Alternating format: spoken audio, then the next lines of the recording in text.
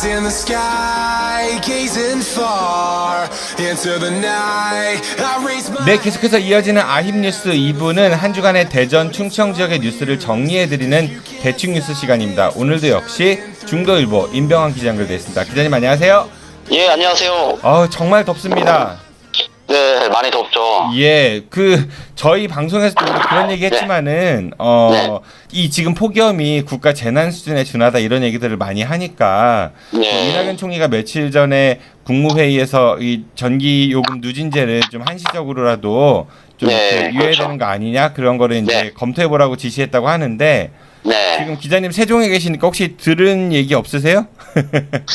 뭐 그런 말씀도 있었고, 이제 공공공사장? 네. 에서는 낮 시간에 작업을 중단하라, 뭐 이런 지시도 있었죠. 네. 이낙연 총리가. 근데 그게 사실 좀 쉽지는 않죠. 현장에서 가면은 그쵸. 네, 지금 일을 덜 한 만큼 나중에 더 일을 더 해야 되는데. 근데 뭐 그런 게 좀 적절한 것 같아요. 이런 문화가 좀 지금이야 좀 낯설게 여겨지지만 또 뭐 이렇게 더운 날씨에는 좀 쉬는 어떤 날씨 기후가 바뀌었으니까요. 네. 우리도 거기에 적응을 해서 폭염 이렇게 뜨거운 시간에는 좀 몸을 지키는 게 좀 필요하죠. 세종에 계시니까 총리실 같은데 벽치기 한번 해가지고 혹시 좀 좋은 정보 있으면 좀 빼내주세요. 전기요금 걱정입니다. 거기 워낙 방음이 잘 되어 있어서. 그래요. 네. 오늘은 어떤 소식 전해주실 건가요? 네, 뭐 날씨가 지금 주요 화두인데요. 네. 대전과 충남 지역에서 기상 관측 이래 역대 최고 기온을 연일 갈아치우고 있습니다. 지난 1일 대전 지방기상청에 따르면 이날 오후 5시 기준 대전의 최고 기온이 38.9도로 기상 관측 이래 역대 최고 기온을 기록했습니다. 1969년 대전에서 기상 관측을 시작한 이래 1994년 7월 24일 37.7도가 최고였는데요. 이를 갈아치운 것이고요. 충남 부여와 금산, 천안도 기상 관측 이래 가장 더운 날씨를 보였습니다. 금산은 이날 수은주가 38.3도까지 올랐고요. 천안은 37.8도, 부여는 38.9도까지 올라갔습니다. 이로 인해서 지역에서 온열 질환자가 속출하고 있습니다. 지난 1일 충남도에 따르면 지난달 30일 오후 3시께 천안 서북구의 한 실외 작업장에서 일하던 38세 남자가 온몸이 떨리는 경련 증세를 보이며 병원에 옮겨졌고요. 또 같은 날 오전 7시에는 마늘밭에서 일하던 70대 할머니가 체온이 오르면서 기운이 빠지는 등 열사병 증세로 병원에 옮겨졌습니다. 지난 5월 20일부터 7월 31일까지 충남 지역에서 폭염으로 응급실을 찾은 온열 질환자가 모두 120명에 달합니다. 맞네요. 네, 또 이 같은 일로 또 과부하 때문에 전력이 공급이 중단되는 일도 있었는데요. 온천 테마파크로 유명한 덕산 리솜 스파캐슬에서는 지난 31일 오후 7시 45분께 전력 공급이 중단돼서 400여 명, 투숙객 400여 명이 불편을 겪었다고 합니다. 이게 정말 우리가 몸에 체온이 38도 넘어가면 막 이마 만지면 뜨겁잖아요. 그런데 지금 체온 단위 기온이 38.9도 뭐 이렇다라고 하면은 정말 살인적인 더위인 것 같아요. 근데 PD님은 지금 에어컨이 잘 틀어져 있는 실내에서 방송하시잖아요. 저희 녹음실은 에어컨이 하나 있는데 벽걸인데요. 녹음실 면적에 비해서 좀 작아요, 에어컨이요. 예, 그래가지고 선풍기랑 같이 돌려야 에어컨을 틀었다라는 느낌이 나고요. 지금 앉아서 녹음하는 자리는 에어컨 바람이 거의 안 와서 저도 땀을 흘리면서 녹음하고 있습니다. 네, 제가 여기 말씀드린 거는 저희가 덥다고 방송에서나 라디오에서 막 진행자들이 진짜 덥다는 식으로 말씀하시는데 저는 그런 생각이 들어요. 저렇게 진행하는 사람들은 사실은 진짜 시원한 에어컨에서 생활하고 집에 가서도 에어컨으로 시원하게 잠들 것 같은 그런 분들이 되게 더워서 힘들다고 말씀하시는 게 진짜로 현장에서 어렵게 일하시는 분들은 어떻게 느낄까? 뻥! 엊그저께 제가 이제 KBS에 방송하러 갔을 때도 보면은 그 안은 시원합니다. 근데 이제 아나운서 멘트도 그렇고 다 이제 덥습니다 이런 얘기를 많이 하니까 아무래도 저희도 마찬가지예요. 저희도 취재 활동을 많이 지금 하고 있지만 뭐랄까 땀 흘리는 거는 현장에서 일하시는 분들의 한 100분의 1 정도 될까요? 참 어떻게 보면 같은 더위인데 좀 미안한 마음이 좀 들죠. 그런 말씀들을 하는 이유들 중에 하나는 또 다른 분들의 그 생각을 좀 대변하기 위해서 그렇게 하지 않을까. 네, 만약에 네, 아이고 더운데 고생들 많으시죠. 저희는 시원한 데서 일합니다. 이러면 무슨 염장 지르는 것도 아니고. 네, 그렇죠. 네, 그럴 수는 없겠네요. 네네. 예, 또 그래서 저는 요즘에 박원순 시장이 그 옥탑방에서 에어컨이 없는 옥탑방에서 쪽방 생활을 지금 하고 있다고 소식을 들어서 되게 반갑게 기사를 봤어요. 문재인 대통령이 선풍기 보냈다고 뭐 그랬었죠? 아, 그래? 그걸 못 봤는데 저는 그냥 옥탑방의 사진을 보니까 정말 2층 집에 햇볕이 곧장 드는 그런 옥탑방이고 밤이 되어도 그 시멘트 열기가 안 식을 것 같은 그런 방이더라고요. 그 뭐 이런 박원순 시장의 행보에 대해서 뭐 일부에서는 쇼다 이렇게 비판도 많이 하고 비난도 많이 하는 것 같은데 저는 네. 그런 생각이 듭니다. 쇼라도 한번 해봐라. 아, 그럼요. 그 쇼도 안 하면서 쇼다라고 이렇게 욕하거나 이렇게 비난하는 분들 보면은 당신네들은 쇼라도 좀 해봐라. 그 1분짜리 쇼 말고 그래 좀 길게 해야 어느 정도 진정성에 가까워지지 않을까 싶은 생각이 듭니다. 그리고 우리 저도 저도 예전에 그 소재동에서 한 달 동안 생활해 본 적이 있어요. 네. 그때 어떤 주거 문제에 대해서 한번 취재를 해보고 싶어서 본인과 박원순 시장의 등치화. 회사에서 월세값을 받아서 소재동에 방을 하나 얻어서 생활했었죠. 근데 저는 그냥 그때 거기 가서 취재를 하면 뭔가를 할 수 있을 것 같았거든요. 근데 막상 가서 생활을 하다 보니까 내가 기사를 한두 번 쓴다고 해서 뭔가를 됐다는 어떤 느낌이 드는 게 싫었어요. 그러니까 한 번, 두 번 뭐 또 취재한다고 이게 해결될 사안이 아니었더라고요. 네. 그래서 그냥 그때 한 3주 동안 생활만 하고 그냥 집에 돌아왔죠. 기사는 못 쓰고. 그다음부터는 그냥 계속 관심을 가져서 있을 기회가 있을 때마다 또 그런 분야에 대해서 주거 열악한 문제에 대해서 계속 보도하는 걸 해왔죠. 미래 대전시장 임병환이며 네. 제 자랑만 했네요. 네. 그리고 그 우리 서대에서 얘기한 대로 이 누진제 그 한시적으로 적용을 좀 안 해주면 좋겠다. 물론 뭐 돈이 많이 들겠지만은 좀 전기요금이 걱정이 많이 됩니다. 특히 에너지 빈곤층 분들 같은 경우는 이게 뭐 단순히 쾌적한 생활 환경을 이야기하는 게 아니라 생존의 문제잖아요. 이제는 이런 폭염 같은 경우는. 근데 한전은 뭐 최근에 적자가 뭐 1,000억이니 얼마니 해서 언론 보도 나오는 것 같은데 불과 2, 3년 전만 해도 한전은 뭐 몇 조 대 흑자를 봤던 기업이거든요. 또 뭐 강남에 그 사옥 팔아가지고도 그렇죠. 꽤 많은 돈을 10조였던가요? 네, 꽤 많은 돈을 또 그 세이브하기도 했었죠. 그러니까 몇 조씩 흑자날 때는 가만히 있다가 몇 천억, 뭐 1,000억, 2,000억 적자 나면은 죽는다고 이런 소리 하는 거는 좀 앞뒤가 맞지 않는 것 같아요. 네. 그러니까 좀 전기요금에 대해서 좀 정부가 국민들의 그런 고통을 좀 덜어주는 방향을 좀 취했으면 좋겠네요. 일본에서는 누진세가 없다고. 그래서 오히려 건강을 위해서 에어컨을 트십시오라고 정부가 권장하고 있다고 소식을 들었어요. 그런 얘기도 있어요. 네. 아유, 네. 건강을 위해서. 아유, 부럽네요. 네. 다음 소식 부탁드리겠습니다. 네. 6.25 전쟁 때 대한민국을 지키다 많은 미국 젊은이들이 희생이 됐습니다. 참 고마운 일입니다. 그러나 그 과정에서 무고한 민간인들이 미군에 의해 죽임을 당한 것도 역시 사실인데요. 충북 영동의 노군리 비극이 그 대표적인 사례입니다. 노근리는 우리 대전하고도 이렇게 멀지가 않고요. 뭐 청취자분들 가보신 분들도 있으시겠지만은 아직 못 가보셨다면 한 번쯤 가보시면 좋을 것 같아요. 네, 한 40분 정도면 가실 수 있습니다. 네, 지난 토요일에 한겨레 신문이 6.25 노군리 피해와 관련해서 조은구도 노군리 국제평화재단 이사장을 만나 인터뷰를 했는데요. 저도 모르던 사실들이 많이 기사에 담겨 있어서 한번 전달을 하고 싶어서 가져왔습니다.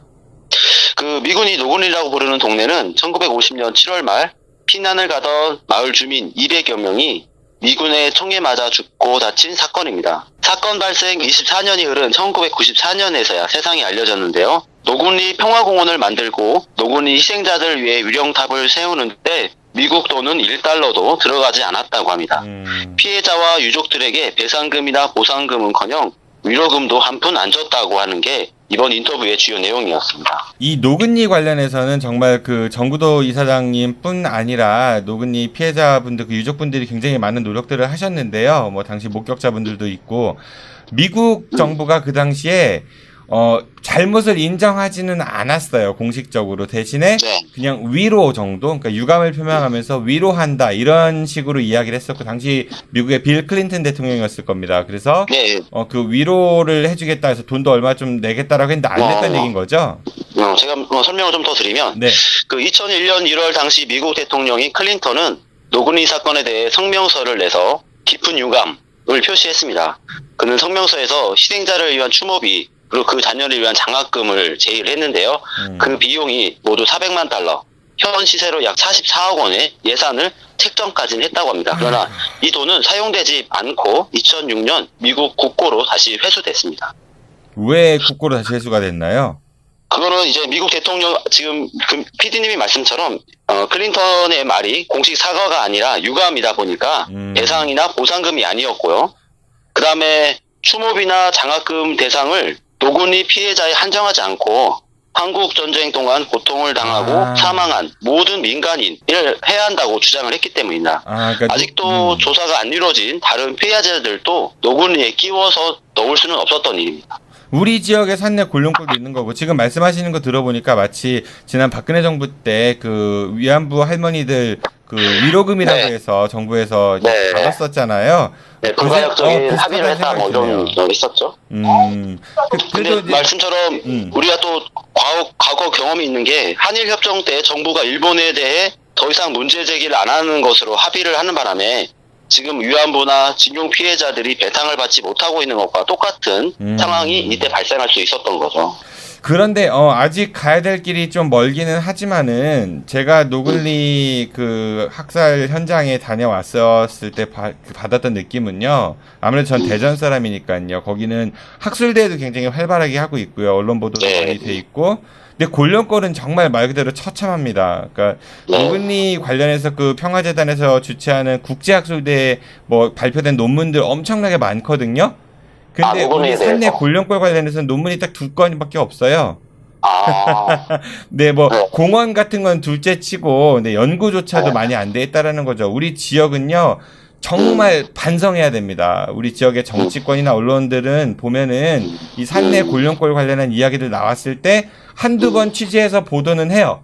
정치인들도 발언은 해요. 근데 그 이상은 없어요. 가만히 보면은. 아까 우리 임병환 기자님께서도 그 소재동에서 체험을 하시면서 기사 한두 번 취재해서 쓴다는 것 같고 변하기가 쉽지 않다라는 말씀하셨듯이 이것도 그렇게 그치면 안 되는 건데, 그 기자님도 노근리 다녀와 보셨잖아요.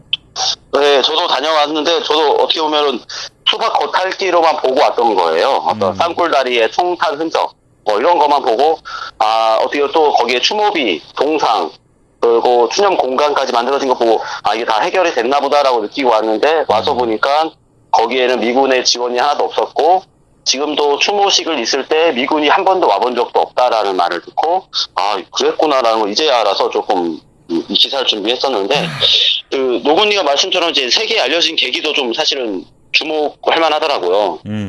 먼저 그 노건리 사건에서 두 아이를 잃은 정은용이라는 분이 그 당시에 그대 우리의 아픔을 아는가라는 소설을 썼다고 합니다. 네네. 이 소설은 만들었지만 그 글을 썼지만 책으로 출간하기가 상당히 좀 어려웠는데요. 그 소설이 94년도에 책으로 나왔고 그 책을 바탕으로 연합뉴스와 한겨레에서 관련 보도를 쓰면서 이게 세상에 알려졌는데 그 후에 뭐 CNN이라든지 여러 매체 미국에 있는 여러 매체들도 보도했지만 AP 통신사죠. AP에서 어떤 미군들 당시 한국에 있던 미군들의 증언과 또 미 국방부 미군의 그 기밀 문서들을 통해서 노근리의 피해가 단순한 주장이 아니라 어떻게 보면은 확실한 사실이다라는 부분에 대해서 기사를 써왔기 때문에 이때부터 미국이 움직이기 시작한 거예요. 노근리에 가면 가장 눈에 확 먼저 들어오는 게 그 쌍굴다리잖아요. 네, 그렇죠. 대전에도 그런 곳이 있어요? 혹시 아세요? 예, 저도 얼핏 본 거 봤어요. 봤는데 지금은 창고로 사용되고 있다고. 예, 맞습니다. 그 옥천 넘어가는 그 세천 마달령고개 뒤쪽에 보면은 네. 그 6.25 전쟁 당시에 북한군하고 미군하고 이제 전투를 벌였던 그런 곳인데 아마 거기서 미군이 모두 다 몰살당했다 이런 얘기도 있거든요. 네. 근데 거기 포탄 자국 같은 게 아주 선명합니다. 근데 뭐 한때는 거기에 젓갈을 보관하는 그런 방법이 쓰이고 그렇죠. 대전에 그러니까 저는 정말 대전에 있는 정치하시는 분들은 정말 대전에 너무 무관심했고 그리고 대전에 대해서 너무 일들을 많이 안 하신 것 같아요. 중앙에 이렇게 줄 서가지고 당직하려고 하거나 본인들의 그 정치적 입지를 다지는 쪽에 더 많이 신경 쓰지 않았나. 너무나 네. 많은데도 아직 모르잖아요. 사람들 가보지도 않고. 네. 좀 근데 그런 말씀처럼 그러한 터널, 역사적인 흔적이 남아있는 터널을 어떤 민간에 아마 매각을 했으니까 거기에 젓갈 창고로 사용할 텐데 네. 그걸 참 매각한다는 것도 참 대단한 발상인데 저는 꼭 이게 정치만의 문제가 아니라 또 우리 시민들도 그런 거에 대한 가치를 또 높게 보지 않는 것도 좀 문제가 아닐까 시민들이 싶어요. 알 길이 없잖아요. 그런 걸 얘기를 안 해주는데 어떻게 알겠어요? 그렇죠. 학교에서 저도- 배우는 것도 아니고 네, 어디 그렇죠. 자치단체에서 알려주는 것도 아니고 몰랐던 거니까. 그러면은 정치권에서 그런 것들을 먼저 발굴해내서 연구 지원도 해주고 교육하는 그런 관련 법도 만들어주고 예산도 지원해주고 이런 게 있어야 되는데 전혀 없었다라는 게 그래서 대전이 좀 전국적으로 대도시들 중에서도 좀 무시당하거든요, 사실. 뭐 충청도 핫바지런 얘기 많이 하잖아요. 좀 저는 굉장히 화가 많이 나요. 제가 알기로는 그 터널이 또 예전에 미군 딘 소장을 네, 맞습니다. 구출하기 위해서 대전역에 우리 김재현 기관사가 운전을 해서 특공대가 탄 기관차로 왔다 갔다 했잖아요. 그때 네네. 그 터널을 통과했다고도 저도 들었던 것 같습니다. 그러니까 임병환 기자님 같은 경우 언론인이시니까 이제 그런 내용까지도 네. 이제 아시고 계시지만은 일반 분들은 사실 대전역 동광장에 그런 동상이 있는 것도 잘 모르시는 네. 분도 많고요. 그냥 지나시니까. 그리고 또 김재현 기관사 관련된 이야기는 사실관계가 좀 다르게 전해진 것도 많이 있다고 하더라고요. 다음에 기회 되면은 저희 방송에서 그래요? 한번 다시 다뤄보도록 하고요. 네. 아무튼 우리 대전 시민 여러분, 네, 청취자 여러분 투표를 잘하십시오. 그래야 됩니다. 네. 노군리에도 관심을 좀 가져주시고요. 네, 골룡골에 관심을 더 많이 가져주십시오. 네, 골룡골의 BBC, 네, 물건은 저희 아는 것입니다. 예, 그게 참 의미가 있어요. 말 그대로 제가 느꼈던 거는 저희가 한국어로 기사를 쓰잖아요. 네. 이거를 영어로 번역을 해서 해야 될 것 같아. PD님이 큰 역할이 이걸 어떤 영국의 어떤 매체에도 소개되고 영국의 인터뷰까지 진행할 수 있도록 하는 거는 어떤 그런 영어로 된 다큐멘터리를 작성해 만들었기 때문에. 네. 그 기자님 혹시 중대본 영문판 나오면 제가 기자님 기사는 해드릴게요. 네, 알겠습니다. 다음 소식 부탁드리겠습니다. 예, 지난달 28일 세종에서 큰 화재가 있었는데요. 세종에 있는 아세아재지라는 종이 공장에 대용량 전기 저장 장치, 즉 ESS 창고에서 불이 났습니다. 이 화재로 리튬이온 2,400여 개가 현장에서 소실됐고요. 그다음에 7시간 동안 불이 났고 폭발과 붕괴 우려가 있어서 소방관들이 현장 접근이 어려웠습니다. 또 종이 공장의 특성상 이 화재가 주변으로 확산되지 않을까 노심초사하는 일이 있었습니다. 대용량 에너지 저장 장치라고 하면 그냥 쉽게 해서 대용량 배터리 얘기하는 거죠? 네, 뭐 쉽게 네. 생각하면 저희가 이제 밤에 전기료가 저렴하잖아요. 심야 전기. 이게 전기를 배터리에 저장을 시켰다가 낮에 그 배터리에 있는 전기를 사용해서 뭐 전기료를 좀 절감시키는 어떤 이런 장치입니다. 그러니까 공장이나 어떤 그 전기를 많이 쓰는 곳에서 낮에는 전기요금이 비싸니까 심야 전기 충전을 해놨다가 그걸 낮에 돌린다? 네, 굉장히 좋은 이게 것 요즘에 같은데요? 많이 이제 효율과 연결이 돼서 많이 활용되고 있거든요. 이게 ESS라고 불리고 있는데요. 네. 근데 이게 최근에 화재가 좀 빈번히 발생하고 있습니다. 근데 그 전기를 그 대용량 배터리면은 엄청나게 많은 전기가 들어가 있을 거고 휴대폰도 아니니까. 근데 그게 네. 불 난다라고 하면 엄청 위험할 것 같아요. 말만 들어봐도. 예. 먼저 이제 올해 이 같은 ESS 화재 사례가 지금 세종을 포함해서 올해만 6건이 발생을 했는데요. 지난 5월 2일 날 경북 경산 변전소에서 ESS 창고가 역시 화재가 났었고요. 6월 2일에는 전남 영암의 풍력발전소 ESS에서 화재가 났습니다. 또 같은 달 15일에는 전북 군산의 태양광 발전소에서, 그리고 지난 7월 12일에는 전남 해남의 태양광 발전소, 그리고 이번에 세종 제지공장에서 이 화재가 있었는데요. 이들 화재의 특징이 한번 불이 붙으면 쉽게 진화되지 않는다는 겁니다. 단적인 예로 경북 경산변전소 ESS 화재 건을 보면은 처음에 불이 났을 때 그 창고 내에 있는 화재 감지기에서 감지를 해서 소화기를 자동 분사를 했는데 화재가 진화되지 않았고요. 또 현장에 있는 근로자가 수동으로 소화 분말을 발사를 했는데 분사를 했는데 역시 진화되지 않았고요. 다음에 배터리로 화재가 확산된 후에 출동한 소방서가 물을 뿌려서 진화를 하려 했으나 역시 진화되지 않아서 현장이 다 소각된 후에나 불이 잡혔습니다. 이게 뭐 기사를 보니까 그래서 화재가 빈번했기 때문에 안전 관련 세미나를 뭐 했다고 하는데 세미나 한 지 얼마 되지 않아 또 이런 일이 벌어졌다고 하고 그러니까 이 배터리 폭발 같은 거는 휴대폰만 해도 굉장히 위험한데 이게 어떤 공장을 돌릴 정도면 상상을 초월할 것 같거든요. 그러니까 뭐 창고 하나를 배터리를 채우는데 사용했다는 거고. 그러니까 다들 이거 팔아가지고 돈 벌 생각에 안전 생각은 뒷전이 아니었나 싶어요. 그러니까 안전성이 먼저 담보되고 그런 다음에 팔아야 되는데 이거 좋으니까 일단 팔면 돈 되니까 이 생각이 안전보다 먼저 앞서지 않았나. 그러니까 이런 일이 벌어지지 않나 싶습니다.